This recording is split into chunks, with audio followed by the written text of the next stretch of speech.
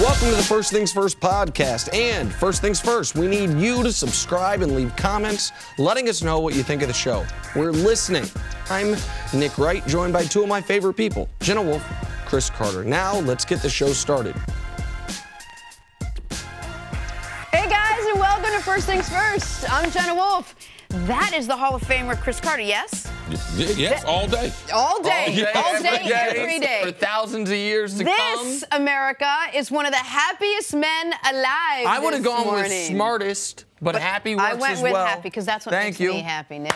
Your happiness makes me happy. Jenna, when was I going to be worried about the Cavs? The day after the trade deadline, if no moves were made. What happened yesterday, America? Moves were made. Oh, okay. Let me Look, just he sip my looks tea. good. He's going to sip his tea. You're like Cardi B. You're making those money moves. The proverbial dramatic sip. I will take that, sir. Everybody's in a great mood Ain't got to dance no more, man.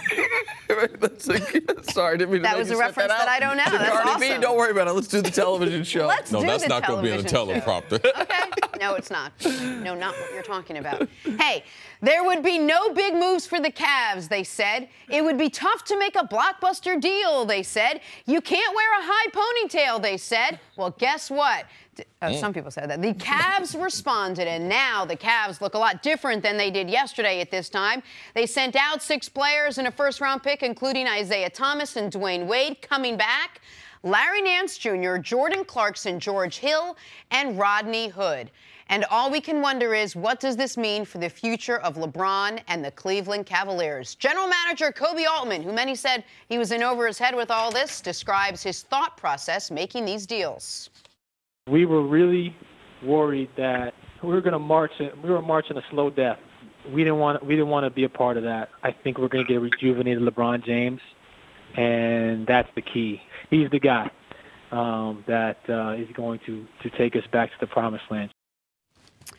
All right, so the biggest part of all this is the one thing they didn't want to give up was the Brooklyn pick. And they managed to do all of this without giving up the Brooklyn pick. So, CC, I will start with you. You heard what Koby said there. They were not going in a great direction, but they somehow turned it all around. How important were these trade deals for LeBron James and the Cavs? Well, they were very important to critical, for LeBron and his life in Cleveland. The first thing was that a little bit after 12, Nick, you and I were talking, and we got the first deal, Isaiah Thomas. But part of the first deal was that they had traded the first-round pick, which also let you know that they were potentially going to make other moves, but they couldn't trade the Brooklyn pick. Once you trade that first-rounder, as far as the NBA and what the rules are, you can't trade your other first-round pick. So it really kind of let them, man, they're going to have the Brooklyn pick. Now, what other assets are they going to be able to add? Right. They added some younger players. They also added more money to their salary cap. So they won't be in the same situation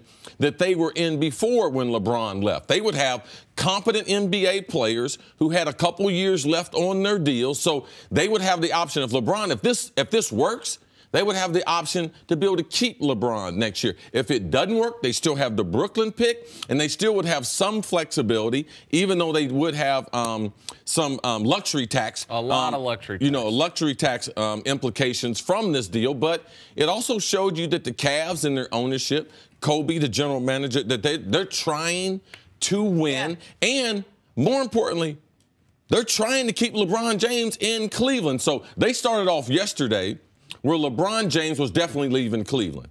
And with the moves with the Los Angeles, now he's got 2 more teams that he can potentially go to. We talked about Houston, San Antonio as potential landing spots. The Lakers have also cleared enough room that they could sign LeBron and another max player. And as Nick always indicated, the chance of him staying in Cleveland, the probability went way, way up with all the moves. Because we said that was predicated on whether they would win or not. Listen, I reject the idea that LeBron was definitely leaving prior to the trade deadline. But it was certainly trending that way. So what does this mean for the Cavs? As far as the Eastern Conference playoffs go, I don't think it means much. They were going back to the finals, in my eyes, on the strength of LeBron James either way. But what it means to their ability to compete in those finals, it means the world. They would have been drawing nearly dead against Golden State. And they had a Houston. great potential to not get to the finals, Nick. I mean, with the way they were playing basketball, we just can't assume that they were going to be able to fix this. Because, yes, LeBron has been the constant.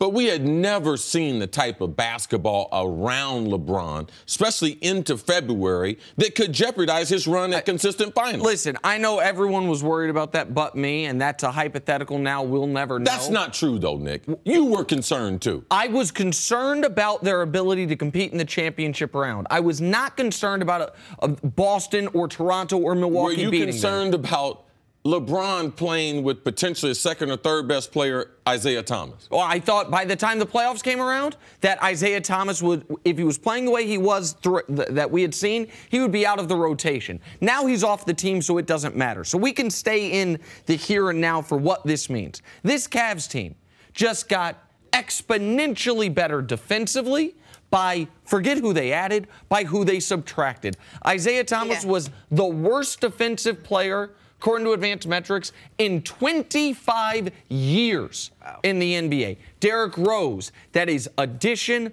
by subtraction. You talk about Jay Crowder. That's addition by subtraction as far as mopey in the locker room. I told you guys a few weeks ago. There were 3 players that had to go. Had to go. IT, Crowder, and Derrick Rose. They all had to go. And you could see in the celebration from 2 nights ago, Derrick Rose celebration was totally different. IT's celebration was 100%. Totally different than the rest of the players. So the team got better by just extracting those guys. I told you guys a few weeks ago, and there are some times that I'm speculating on things. There are some times I have some actual insight. The Cavs are a team I have reason to have actual insight about. The LeBron James is stat hunting. That was believed to be from Jay Crowder. He needed to get out of that locker room. They did that. So the added bonus is, they bring in the league's leader in three-point shooting in George Hill.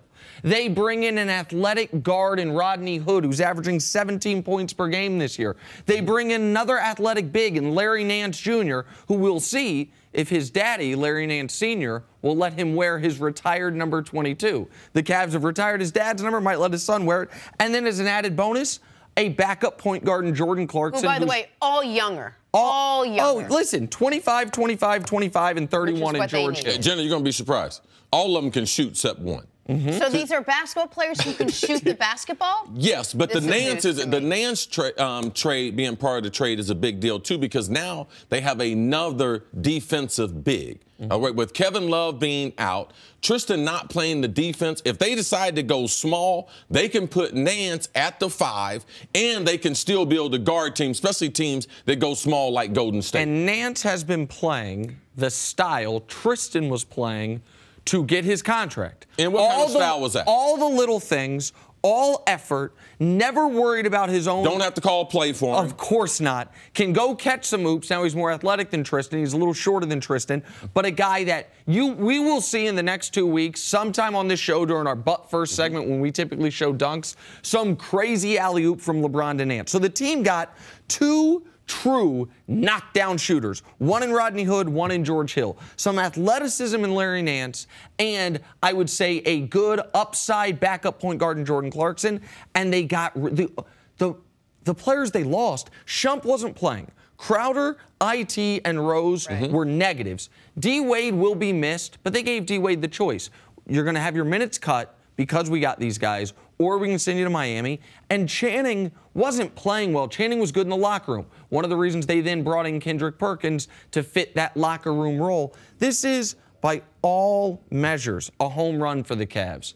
And I don't know. Maybe they didn't want to give up that first-round pick. You'll deal with giving up your own first-round pick, especially because you still have the Brooklyn pick. I think the Cleveland Cavaliers approached the trade deadline wanting to answer 2 questions. One, what could they do to win the East, or at least what could they do to win, and what could they do to keep LeBron James? I mean, those are the 2 key questions they needed answered. Do you guys feel like they answered both of those questions in some capacity? They really did, because they took an honest look at themselves and realized that even though Nick wasn't afraid, they were not a good basketball team. And if you're not a good basketball team and you can't compete for championships, LeBron is definitely going to leave. He wouldn't have any other choice. Now you've made it very, very difficult because through Daniel Gilbert and the general manager, Kobe, you can see that they made the right move so they can be competitive, and also that they could add LeBron to a max contract and still be competitive into the future. And the other thing is that one added bonus they get from this,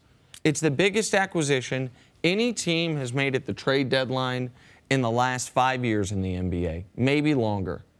They got a reinvigorated LeBron James. Yeah. What they added to their team today is the best player in the world locked back in. Re-engaged. Re-engaged. We saw what a re-engaged LeBron looked the day before the trade deadline. Now, the downside is this. You got 4 new players. They're all rotation players. You only have 30-some-odd games left. Kevin Love is only going to be able to play with these guys for a half dozen or so games before the playoffs. There should be some stops and starts. But they only play 3 times the next 13 days, CC. A team that doesn't practice a lot is going to have the opportunity to get some practice, to have some guys come in there. And when the offense is essentially LeBron James runs the show, guys can fit into that if they can hit shots. LeBron needs to fly them all out to the All-Star game because the All-Star break is extended now.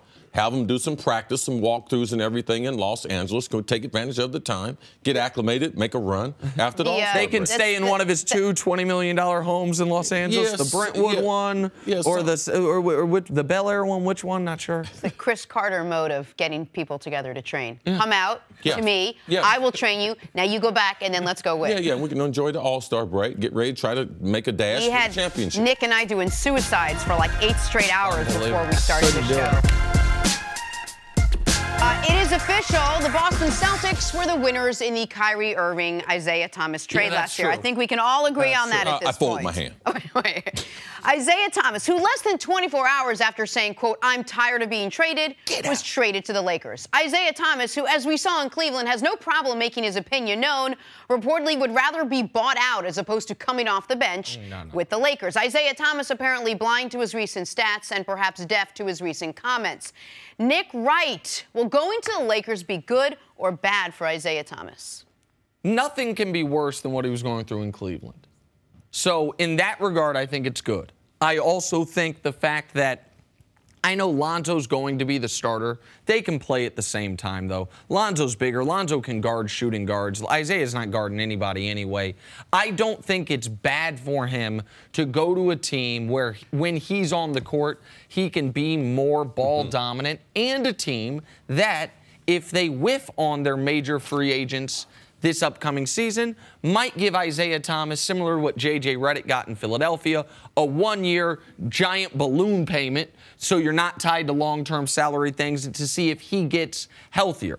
Now, how is Isaiah Thomas going to deal with, this is his 4th team in the last 4.5 years, how is Isaiah Thomas going to deal with the emotional trauma of, remember when he was asked about, when he was still a Celtic, his pending free agency, and he said, oh, they're going to have to back up the Brinks truck. Well, that Brinks truck got robbed, and when it's showing up to your house, there's not a lot of money left. It's now a Fiat. Yeah, I mean, how's he going to deal with that? And not to, speak the name that shall not be spoken, but Isaiah Thomas, LeVar Ball, collision course. How he is going to deal with that when he plays the same position as Lonzo. None of this is ideal for Isaiah. None of the last few months has been ideal for Isaiah. And he has done, some of that has been self-inflicted, some of that was totally beyond his control, but now he gets something of a fresh start for the last 30 games. Right, it's hard to imagine that things could get worse, but things just got worse for him. Oh. Yeah. Oh, things just got a lot worse, because now you talked about, okay, what could be worse for him? What if he got hurt again? We haven't seen him healthy. That 29 he got in Boston is in a distant future, all right? He is trying to get, in his distant past, he is trying to get paid. Forget about playing for a winner and everything. Isaiah, man, wants to get paid. He's never gotten paid in his NBA career, substantially a long-term security contract. Also, man, he should have got traded to the East because, Jenna, you and I were sitting here discussing it. There's some names in the West that I'm concerned about him facing. He's got to play basketball in the West. He has to guard against guys like Damian Lillard and Russell Westbrook and Steph Curry. Ooh. And all of these guys that are so much harder than who he was guarding when he wasn't really guarding in the East with Cleveland. Another one, James Harden and Chris Paul. So you can't hide him when you play the best teams. He can't guard Steph. He can't guard Clay. So he might be able to play, and him having his agent text yesterday the jump during the show. Rachel Nichols, all caps. Isaiah will not be coming off the bench. You stop making demands. Like, what about fitting in somewhere? Like, what about being a good teammate? What about, hey, Magic Johnson, you know something? Hey, whatever you need me to do, I can do. Because Magic's going to be pissed off when he sees Isaiah Thomas is not his childhood friend, Isaiah Thomas. Right, he's like, oh, this one? Yeah, and he's got a 5'8" guy coming into the locker room. So I believe this is going to be a rough season for Isaiah. If I was him, I would just go on the DL, just not making any comments, trying to fit into the scheme in Los Angeles, because Los Angeles, they do have a plan for the future, and I don't believe Isaiah's part of that. It is very difficult for people that have been incredibly successful in their lives, once they're grown-ups, grown men, grown women, whatever, to change significant pieces of their personality. Isaiah's bristly, me against the world nature is the only reason a 5'8" guy can be in the NBA and ever play at a high level. That chip on his shoulder is never going away. That chip on his shoulder, though, is only palatable when he's playing well. Instead, he's still hurt, and he's got the money hanging over him, and what he feels like is a betrayal from Boston. All those things work against him in what could end up being a sad story. Like, at this point, now he's off the Cavs, I'm rooting for Isaiah. I hope Isaiah turns the whole thing around. Wasn't working with him in the Cavs. The Cavs made the right move. I hope he turns it around, but his body right now has not allowed him to. Just like Isaiah, I need you as an adult to make some grown-up modifications to your personality. Me? You. No. Meanwhile, he's been there for 5 minutes. He's already made a point. Coming up, will the new pieces help the Cavs keep LeBron? We'll dive into that, break it down next. First things first. I know. Welcome back to First Things First. Former NBA General Manager Billy King joins us. Billy, I just found out, spent a good part of the other day with 700,000 other Philadelphia Eagles fans at the parade. I did. I was down there Sunday night for the celebration, and I was down there yesterday. That's awesome. Yeah, so. Congrats. I was happy for them. Have people in the city sort of come down at all, or are you still sort of in that euphoric? No, it's going to be a good year. Yeah. I spent a lot of time with Howie Roseman, and I'm happy for him. Yeah. Really happy for him, because he was demoted, got his job back, and now won a Super Bowl. Man, what about the way Kelsey tells the story? Because that actually happened to him with Chip Kelly. Chip Kelly won the power struggle. The owner gave it to him. They put Howie on the other side of the building. He said, I didn't see him for 2 years. And when he came out of there, man, he was breathing. But also Howie, he went to European soccer, San Antonio Spurs. He did a lot of studying. He went to all these studying and see how organizations were running everything. And, man, to come out and for that to be part of the storyline with you being a former general manager, I mean, like, absolutely. I'm happy for guys like that. Yeah, you need to go in the closet, and next time you come out with man, firing on people. Well, that's why I spend time with guys like Howie. Absolutely. All right, let's talk some basketball, Billy. Cavs GM Kobe Allman had a few more things on his to-do list than, say, God yesterday. He was tasked with saving the team, keeping LeBron, winning the title, and then making everyone in Cleveland happy. The only thing missing was world peace. Cavs, big busy yesterday. They sent off 6 players and a first-round pick, including Isaiah Thomas and Dwayne Wade, coming back, Larry Nance Jr., Jordan Clarkson, George Hill, and Rodney Hood. And they still saved that coveted Nets pick, which no one thought was possible. So, Billy, I'll start with you. What does this do for the Cavs' chances now, say, of coming out of the East, and then let's go move forward and say winning the title? It gives them energy. You know, George Hill's coming in with energy. He was in Sacramento, not winning, not happy. Now he comes in with energy. Larry Nance Jr., Jordan Clarkson, they come in with it, and they're excited. They were losing in L.A., not going to make the playoffs. Now you kind of play with one of the greatest players, LeBron James. So they got a lot of young legs now. They had players that were trying to play defense, but they just couldn't do it physically. Now they bring in young guys that can run around. And George Hill and Jordan Clarkson, they play the role of setup. They spot up, and LeBron can handle the basketball. They're better fit. Cleveland had a lot of guys that had to have the basketball. Derrick Rose, Isaiah Thomas, they needed the ball. These guys don't need the ball, so I think it's a great fit, and they got some young legs. The fit part and the needing the basketball is so key. George Hill leads the NBA in three-point percentage, near the top of the NBA in spot-up shooting percentage. Now, and can defend. And certainly which is a foreign concept to the Cleveland Cavaliers. I mean, because this year. you know we got Kyle Korver. I mean, he is as good as shooting the ball, but he got problems guarding people. So how they fit together as a unit, I think, is more important than just the names of the players. And I want to be candid with the audience here on George Hill. His three-point percentage a little inflated this year because he seemed to be maybe passing up shots he shouldn't have been to make sure he can stay as the league's top three-point shooter. But he's been a 40% shooter the last 3 years of his career. So 45 might be a little high, but a 40% three-point shooter. Rodney Hood, a 40% three-point shooter this year. More young legs. And the Cavs' biggest issue, in addition to how bad they were as a team defensively, is offensively. They had the least efficient backcourt in the NBA all year. So you add George Hill, Rodney Hood, and Jordan Clarkson coming off the bench, not to mention Larry Nance, who can do what they paid Tristan Thompson to do, energy, rebounding, defense, and you gave up zero production. Yeah. Well, the thing about I like Larry Nance Jr. because of the fact he gives them energy and toughness inside. Channing Frye was a guy who was going to spot up, but he wasn't going to go in there and bang. Yes. Now you have Larry Nance Jr. You can throw him in there. Now he'll bang with guys. He'll give them energy. They'll get extra offensive rebounds with him, extra points with him, just getting rid of those rebounds. Billy, I would say one of the biggest issues that this team have, aside from offensive and defensive, was chemistry. These players couldn't find a way to gel and make it work, whether it went through LeBron or it didn't. Now you have all these new players, and I'm wondering, what's the time looking like for these players to get going? They only have a couple games in like a 13-day stretch or whatnot, so they do have a little bit of time to get. But where do you see is their time frame to find some chemistry? That's the hardest thing is now with these 30 games to play. But the greatest thing having LeBron because he's going to handle the basketball. He's going to direct guys, tell them where to spot up. It's not like they run an intricate offense where the guy's got his back cuts and so it's going to be more spacing out. And these are pros. I mean, it's almost like going to pick up basketball. I understand get in space where LeBron can find you and he'll get you the ball because he's going to drive and penetrate for those guys. So I do think they had time. I remember we made the trade from Mutombo in 2001 in Philly. After that, we had a losing record the rest of the year. Even though we did get to the finals, we had a losing record with Mutombo. Because it's hard to blend them in and get in because you don't have that practice time. Right, and Mutombo, trying to fit him into a system is a lot different than the other players. Cleveland, when they were most successful this season, LeBron had the basketball. That stretch where they went through, they were 19 out of 21, that LeBron was the point guard. Now, if you look at the trades, when you look at the players and the type of players, they can play that style. But what also this trade gives them, they can play like Ty Lue. One of the problems he had with Kyrie Irving was Kyrie's inability or wanting to push the basketball.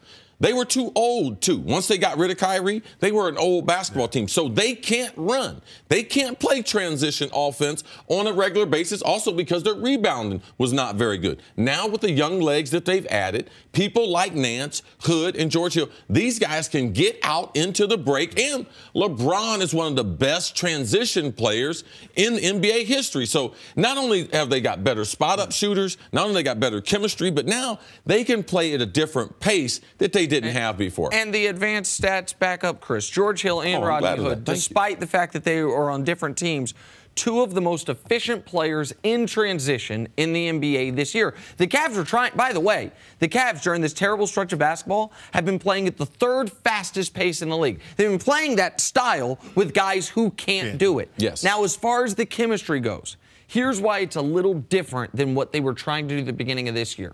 This year, they were trying to fit in players who, in their career, had been the best players on their team. Hey, Derrick Rose, we want you to fit in. Wow. You've been an MVP. Guess what? You're the 9th best player on the team. Be a role player. Isaiah Thomas, when you come back, come fit in. You were 5th in MVP voting last year. You're the 3rd or 4th best guy. And Dwayne Wade. We did not need Dwayne Wade. Dwayne Wade's a great teammate. But we did not need Dwayne Wade to be LeBron's best friend. No. Because we needed LeBron to open up to the other players. And when LeBron had Dwayne Wade, he could use him on the side and only communicate to D-Wade. So George Hill is back in the role he was at when he was at his best last year in Utah, where Or he's in Indiana. Yes, Indiana as with well. Paul George as a sidekick. Secondary option to Paul George, secondary option to Gordon Hayward. Rodney Hood, where he's been in Utah this year. Now, he's one of their better players because Gordon Hayward left because of the injuries, but where he's thrived. These guys aren't used to having teams run offenses around them. So that part of the transition will be better. And let's not forget,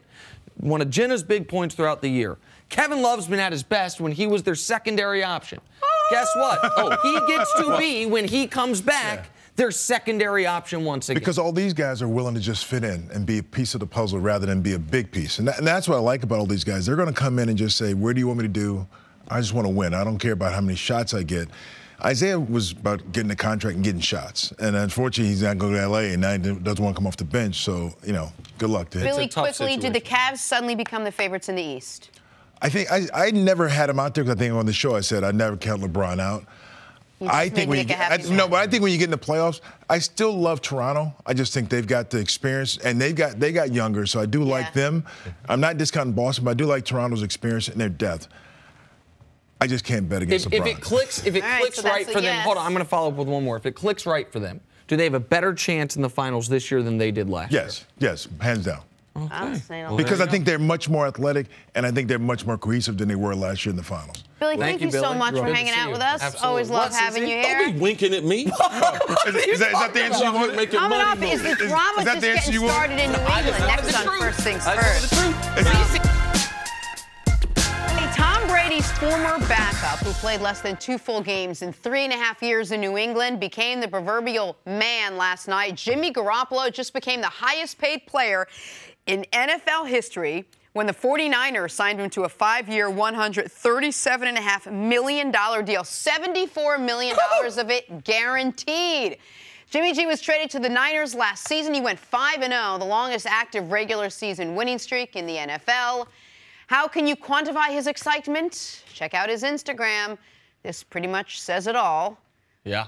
I mean, I guess it's as understated as you can get. But CC, have you seen enough from Jimmy G to warrant a deal like this? Well, this is the normal operating mode of doing business.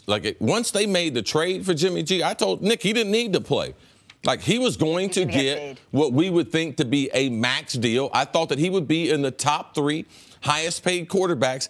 You just have to be careful when guys get contracts like this that we just think it's ginormous. We don't know what the guarantees are because you can stack the money where it be a more cap friendly if he doesn't have the guarantees that some of the other guys. But I'm not surprised. Kirk Cousins he's been franchised the last 2 years at a number just below this number. So I'm not shocked at all. People were shocked with Matthew Stafford's contract, but what this will do is it will have an effect on the other quarterbacks in the league that are up for contracts. People like Drew Brees, Kirk Cousins, and others. It's going to have an effect on quarterbacks who aren't up for contracts. You think Aaron Rodgers sees this? Aaron said that Aaron knows his contract is coming. Also, Matty Ice, he's got 1 year left on his contract. So, and also, Tom Brady potentially could be involved in that. So it will have an effect on people looking for new deals and those whose contractors are up. Do you remember when Jimmy G got traded to San Francisco? And I believe they were starting a gentleman named C.J. Beathard at quarterback. And Kyle Shanahan and John Lynch were like, listen, we're not rushing Jimmy in. It's a complicated offense. We don't need him to play just yet. We'll see. I had the wild, crazy take. I'll tell you what John Lynch doesn't want is Jimmy G to get on the field and look like as good as they hope he actually is. What happened? C.J. Beathard got hurt at the end of the game against Seattle, a game where their offense had done nothing, a game where they were about to drop to 1-10 on the year. And Jimmy G came in, instantly threw a touchdown pass, seemed to energize the team, started the next week, and they haven't lost since. That was great for momentum going into the offseason. That was great for confidence. Might be great for their ability to attract free agents to San Francisco. What wasn't it great for? It was not great for their cap sheet. Cece, you said he was going to get paid no matter what. No matter what. Right. And you said you thought he could get 5 years, $125. I thought that was a little high.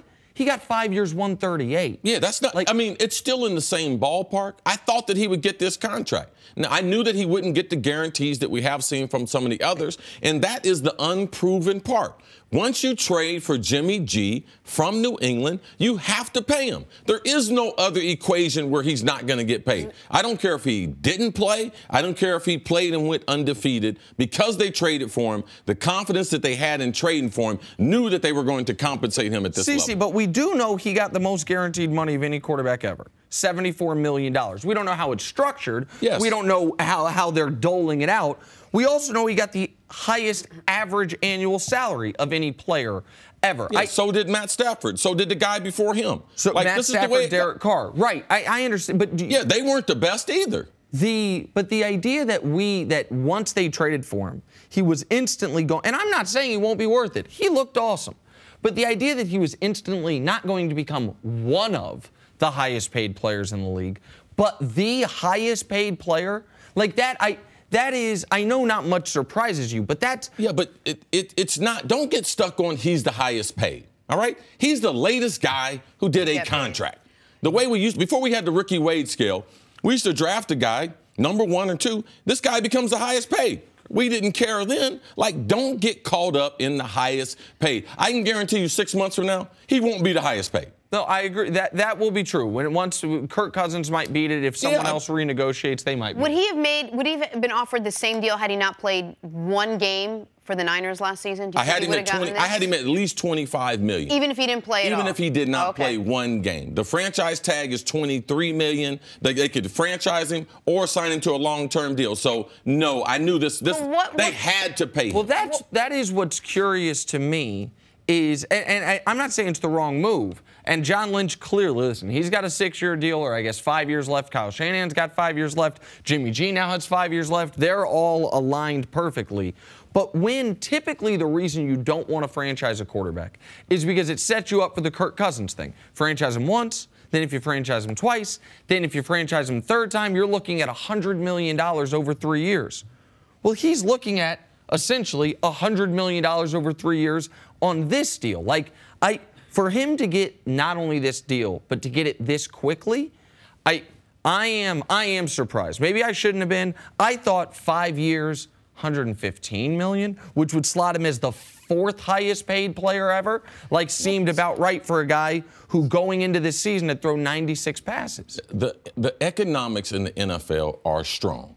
And this contract represents labor peace and also new deals. We saw how much Fox paid for the Thursday night package, all right? NBA revenue getting ready to go down. NFL, people talking about it ain't popular, but the revenue and the business model is very, very strong. We are going to see at least 5 quarterbacks with $115 to $130 million contracts in the next 6 months. So this is the new normal, as my man Doug Peterson says there in Philadelphia. How much of this is based on the beautiful cloud that it was sat behind Tom Brady, and how much is based on what you actually saw him play? I think Chris is right that once they traded for him, they were never going to trade for him and not give him a contract. I think his performance in those 5 games changed this from 5 years around 120, what you had said you thought it would be, to 5 years around 140. So I think maybe he got goosed an extra $3 to $4 million a year based on, and the fact they went 5-0 and he played well in those 5 games. Also, some drama in New England. Tom Brady's former backup, who played less than 2 full games in 3.5 years in New England, became the proverbial man last night. Jimmy Garoppolo just became the highest paid player in the NFL when the 49ers signed him to a 5-year, $138 million deal, $74 million guaranteed. Now, reports say Brady is prepared to skip OTAs unless he receives a deal similar to what Garoppolo got from the 49ers.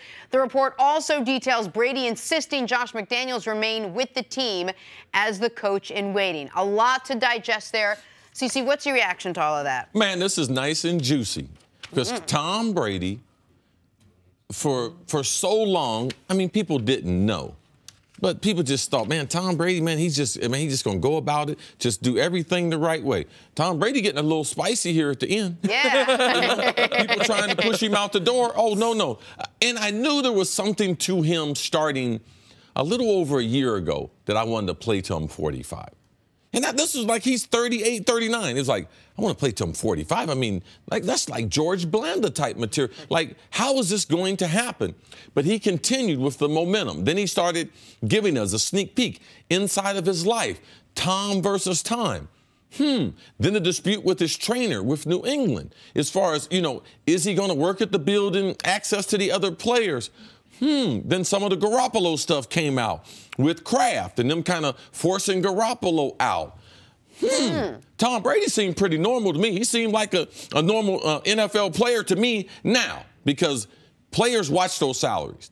And seeing Jimmy Garoppolo go off and now become the highest paid quarterback with 7 starts. Tom Brady been to how many Super Bowls?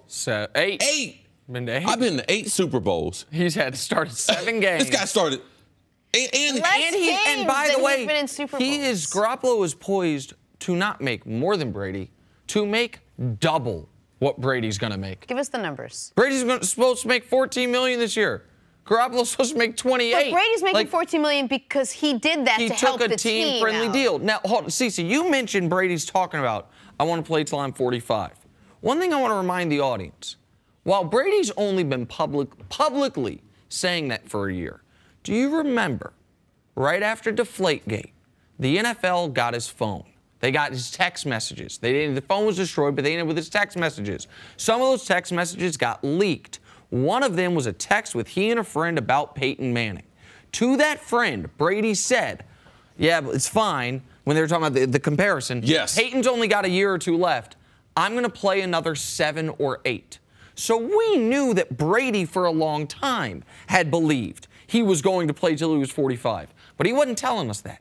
He wasn't publicly talking about that. It's just in the last year he has started. So it's not like he had a late career epiphany. He's believed this for a long time. He just now let us in on it. Just like he just now let us in on his life. He's been intensely private. All of a sudden, he's letting us cameras in the car, kiss his son, and hang out with his wife, the whole thing that we've never been a part of. And now he's also exerting some leverage. You learned when you went to Israel this summer with Robert Kraft that Robert Kraft, a man who has sons, successful sons, thinks of Tom Brady as one of those successful sons. When he got off the phone with them, he said, "Goodbye, son. I love you." Right. Now, I'm just telling you, man, they are connected. And me talking to Tom, you could see the genuine appreciation for who Kraft is. Now, this is in the middle of June. There's no OTAs. There's no reason for them to even be connected, in the offseason unless they are very, very good friends. And I believe that to be genuine, and we're starting to see some of that in some of the decisions that New England is making, with them forcing Garoppolo out with the trade to San Francisco. Yeah. Josh McDaniels, you asked me, and I gave you the answer no one ever wants to give. You're like, Chris, what happened? I was like, I don't know. But now we're starting to see things of why it would make sense for Josh McDaniels. Man, if Tom Brady told me, and I'm working with Tom, if I think Tom can play another 3 to 5 years, and he tells me he wants me there, and Bill Belichick tells me he's going to open up the right side of his brain now all of a sudden because he's been talking out of his backside. Now he's going to open up his brain. And Kraft tells me that potentially that, transition plan, I can understand why Josh stayed now. Like, I really can't. Man, if Tom Brady asked me to stay, man, I'm going to stay based on the relationship and also what he's given up. And I know the Krafts are going to reward, him being committed to that franchise. It's really interesting because even when we started this show, we had the Patriots as the team that, and you probably know more than we did, but that was a well-oiled machine. All the drama was kept in-house. Nothing spilled out. There were no fractures at all. And now look where we are, where you have Tom Brady, who seemingly has everything he wants, threatening to sit out OTAs if he doesn't get paid, like a backup who has 7 career starts in his life. And first of all, his threat, this is not OBJ saying I'm not going to be at the Giants OTAs. Tom Brady, man, the OTAs in the collective bargaining agreement. Tom Brady Invitational. Yeah, the collective bargaining agreement, the OTAs are not mandatory. But in New England, they are mandatory. So it's a big deal. It is a huge deal for him to decide if I'm going to miss those. That would be a huge message to the organization. Hey everybody, Nick Wright here, and thank you so much for listening to the First Things First podcast. But I wanted to tell you about another podcast at Fox Sports that we are so excited about, and that is Alexi Lalas's State of the Union podcast. That's right, U.S. soccer legend Alexi Lalas will be partnering up with Fox soccer guru and researcher extraordinaire David Moss to review the top storylines in soccer across the globe. Each week, Alexi will give his State of the Union on American soccer as it rebuilds for the future. Subscribe and listen for free on Apple Podcasts or wherever you get your podcasts right now. Now back to the show. Back here on First Things First, one of the defining moments of Super Bowl 52, the Philly special, the trick the Eagles pulled off on 4th and 1 to give them a 10-point lead before halftime. I'm sure this is the first time you guys are all seeing this. And now the guy that threw the pass, Trey Burton, is here. Trey, thank you for joining us, and congratulations. Thank you. I think we're going to get the truth about that pass. I think there's something behind that. Well, I think before last Sunday, if anyone that's ever driven through Philly would think a Philly special is like cheesesteak with onions and cheese whiz down on South Street somewhere. Loaded cheesesteak. Loaded cheesesteak, sure, as was said with better and fewer words. Now it's one of the greatest play calls in the history of the Super Bowl. Yeah, so this is probably, again, first time that we're talking about this with you. Talk to us a little bit about the play, what went on. Were you nervous when they called it? Did you think you would ever actually use it in the game? Yeah, we put it in for the Falcons, the first playoff game that we played. And just, week to week, if we were in the perfect situation for it, I felt like Coach would call it. And I was, elbowing him on the sideline during the Vikings game, trying to get it called. And we were up, so much that he didn't want to show it. And, when he called it, I remember just putting my head down, listening to the play, and Foles said, Philly special. And I, looked up, and I, wide-eyed, all right, let's do it. And, the rest is history. Now, I love the fact that you've given us insight as far as what the play was. But now, when was the last pass you threw? Because I know you had some quarterbacking in your days. I would say probably my freshman year in college. Yeah, at the University of Florida. That's what I remember. I remember you being at Florida when they converted you to tight end. But I thought was really special about the play was, as a former quarterback, throwing the football is better without the glove. But you didn't want to give it away, so you left the gloves on, and you played with them the way you always play with your gloves. You never strap them down. Never. So even when you threw the pass, there was no way to give away the play. I was able to see that, because typically when you see that, a guy will take the glove off and tuck it in. And then you say, okay, in the film, you could see he didn't have a glove on. Yeah. When I saw you had both your gloves on, now the play is run. You saw that they took the fake. Yeah. You see Nick. There's 100 million people watching. Yeah. I saw the ball. It wasn't your best spiral. Yeah. Tell me how did you choke it a little bit? Come on. It's not always the best spiral. It gets there where it needs to be, but it's not going to be the best spiral coming from me. You just knew your wide receiver was wide open. All I saw Don't was miss Foles. him. That's all I saw. I didn't see anybody else. Just threw it up there. CeCe's mentioning you not taking the glove off before the play, but for really smart, well-coached defensive players, sometimes they can see. We've heard guys talk about, I know if a receiver's getting the ball or if it's a run play based on their stance, sure. like the look in their eyes. When they call that play, are you instantly having to recheck yourself to make sure all your emotions and facial expressions, things like that pre-snap, are the same as any goal line play, or are you even thinking about that? I wasn't really thinking about it. I was just thinking about catching the pitch from Clement and finding Foles. They told me that my first option was to run. But ain't no way I was running. No, you pulled up. You pulled up. You pulled up no immediately. Shot. But from a play call standpoint, because we know you and I talked about the Vikings game, and one of the disadvantages, the Vikings, they're one of the top defenses in the NFL the last 3 years. But coming into this game, you guys had totally changed your game plan. So the Vikings or Philadelphia, they were not ready for how aggressive you guys were going to play. Yeah, and watching film, the 2 weeks that you have for the Super Bowl.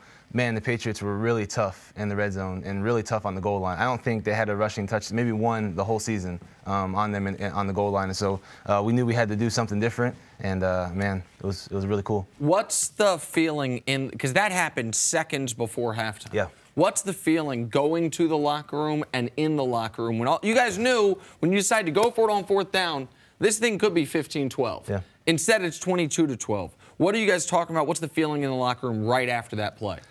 Well, the Super Bowl halftime is double a regular season halftime. So, there's a bunch of things, the guys running around. We were really confident going into the game, honestly.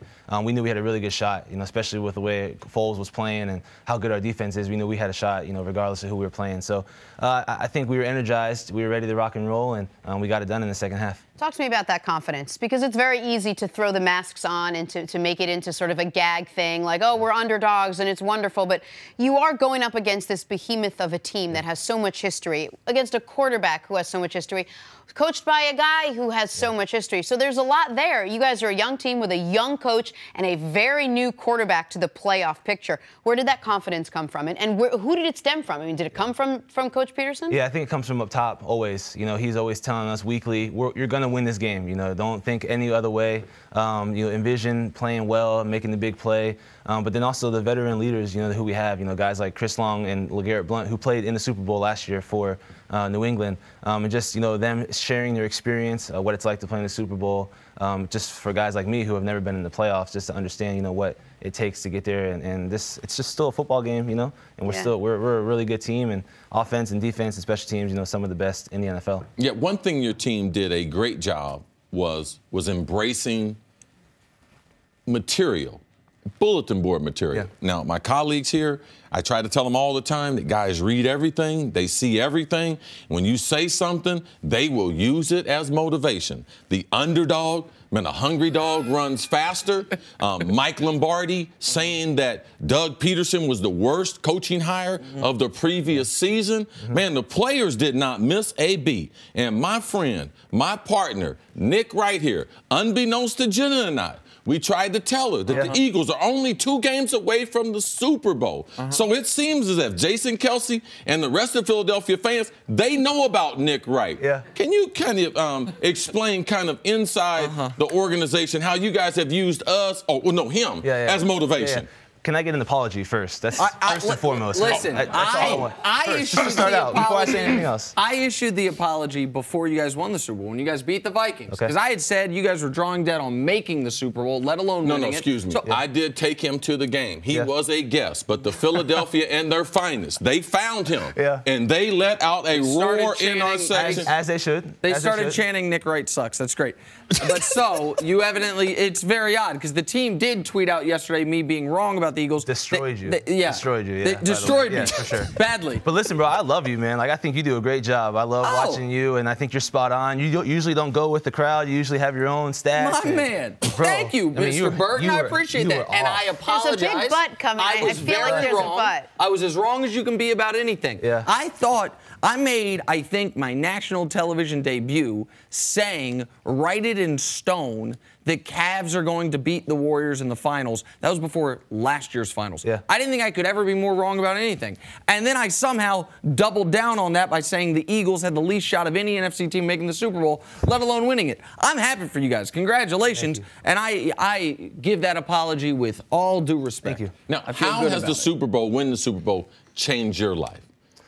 Opportunities like this, I wouldn't be on the show if it wasn't for the Philly special, and it's just a really cool ride. The whole Super Bowl experience, the 2 weeks, the week that you're there in Minnesota, we're staying at the Mall of America, and there's a ton of events for my family, and just in a bunch of ways, and I'm excited to use it for good and benefit, especially my hometown. We took a look at what yesterday was like, and Cece and I spent some time in Philadelphia. We know what it's like when there's crowded streets and it's hard to get around. There were 700,000 people that turned out for you guys. Tell me what it was like. We saw from the outside in. What was it like from the inside out? I think there was a lot more than 700,000, but it was it was chaos. It was a blast, something that will never happen again. And I'm extremely fortunate to be a part of the first, world champion, Super Bowl championship to be brought to Philly. They deserve it. Wait, you shared a story off air. Fans are rowdy in Philly. We already know that. Yeah. But people were throwing things at you. I'm sure it was like with you, not laughing at you, with you. Didn't one of your teammates get hit in the face? So the way they had it set up, it was a double-decker bus. And, the families were down underneath and the players were up top, like waving and, saying what's up to the fans.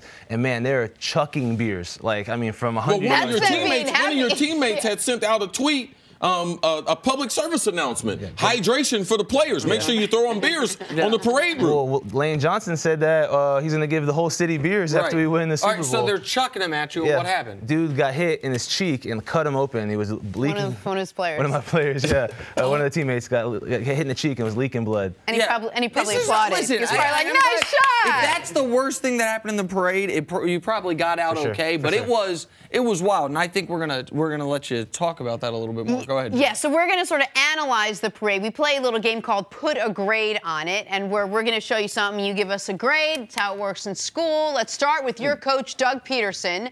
Peterson caught a beer from a fan during the parade. Trey, put a grade on your coach's hands. Watch it. Oh! And look at the pause. He framed it. You know what I mean? So someone could take pictures. A+ for sure. Impressive. A+. Very impressive. That's 13 years playing in the NFL. You got to have some hands. Left-handed, too. Oh, yeah, that's a good point. Yeah. Yep. No gloves. Next, he gave it an A+. Pepper's asking me what the grade is. Check out this outfit from Chris Long. Looking, would you call it patriotic? Trey, put a grade on this outfit. I love it, man. I don't think there's anything else he could have added to the costume to make it any better. So I would definitely have to do A+. That's a throwback Iverson jersey. Yeah. So you're a little young, so I don't know how much Iverson you got to watch. A little bit. But Chris is almost the exact same age as me, so we came up watching The Answer in Philly long term. Now the fur coat, I can't put a name on it. I don't know what he's emulating there. Maybe he's emulating Iverson. A boss, a champion. Okay. A two-time back-to-back. What are you telling me? I mean, there you go. The list goes on. Touche, sir. Back to back. Back. After not being in the playoffs. Yes. Yeah. 9 years, no playoff appearances. Grade. 2 years. What's the grade? What do you give it? A+. A+. There's gonna be a lot of A+. Moving on. The star of the parade was hands down Jason Kelce. Great speech, great outfit, great all around. Trey, put a grade on Jason Kelce's parade performance. How could you hear everything from where you were standing? Oh, for sure. I was like 4 or 5 people to his left. His speech, his costume, the way he was running and slapping. Trey Burton, they gave up on him as a quarterback. They moved him inside. Did you feel snubbed? No, I'm fine. I was good. A+ for sure. Did you know he was this guy? Yeah, well, I knew he was going to he said he was going to have a long speech, a lot longer than everybody else. I didn't know it was going to be 5 minutes, but, I mean, he's passionate, bro, just like the fans. Was that in teleprompter, or was that off the top of his head? Off the top of his head. Impressive. Because he's been known as the quiet Kelce brother. His brother Travis is in the news more, so you knew before the speech he had some flavor to him. I think that's just because of the position Travis, plays compared to him. But he's definitely outspoken and a very emotional guy, and the fans loved it. Oh, that was amazing. The outfit was an A+. The speech, the delivery. Seen him, I'm catching beers from these fans, right? And next thing you know, I see Kelce on a police bicycle, slapping hands with the fans on the side. It was nuts, man. He's all over the place, running from bus to bus to bus, and just crazy. All right, last one here. Before the parade, the Eagles team account tweeted out this, a quick throwback Thursday before we get on the parade bus with a clip from our own Nick Wright, saying every team that makes the playoffs in the NFC has a better shot at making the Super Bowl than your #1 seed Philadelphia Eagles. Trey, put a grade on Nick's rant from earlier this year. Man, that's horrible. F-, incomplete. Nice. Did not finish. Did not. You said incomplete. Did not finish. Hold him back. I mean, you got an F- I and have an to repeat the grade. Yes, repeat the grade. All right, listen. I got to own it. I was wrong. I was wrong about the Philadelphia Eagles. I was not really thrilled to be wrong. That's a lie. I wish I was right, but I was wrong. I'm happy for you, though. Thank you. I don't know what I'm supposed to say here. Trey, thank you so much. We love that you won because you were able to have great Sincerely. opportunities like hanging out with us. All the best to you this offseason. It's going to be a short one. That watch new? No. This post-Super Bowl? Oh, No. pre-Super Bowl watch. I got to get a post-Super Bowl one. There you go. That's what you have to pass it do. throughout my kids. I'm Jenna Wolfe, and thank you for listening to the First Things First podcast. Make sure to subscribe and tell your friends, family, and coworkers about the podcast, which, by the way, is available on iTunes and all your favorite podcast apps. You can catch a fresh new episode every Monday through Friday on FS1, starting at 6:30 a.m. Eastern, 3:30 a.m. Pacific. So long, everyone.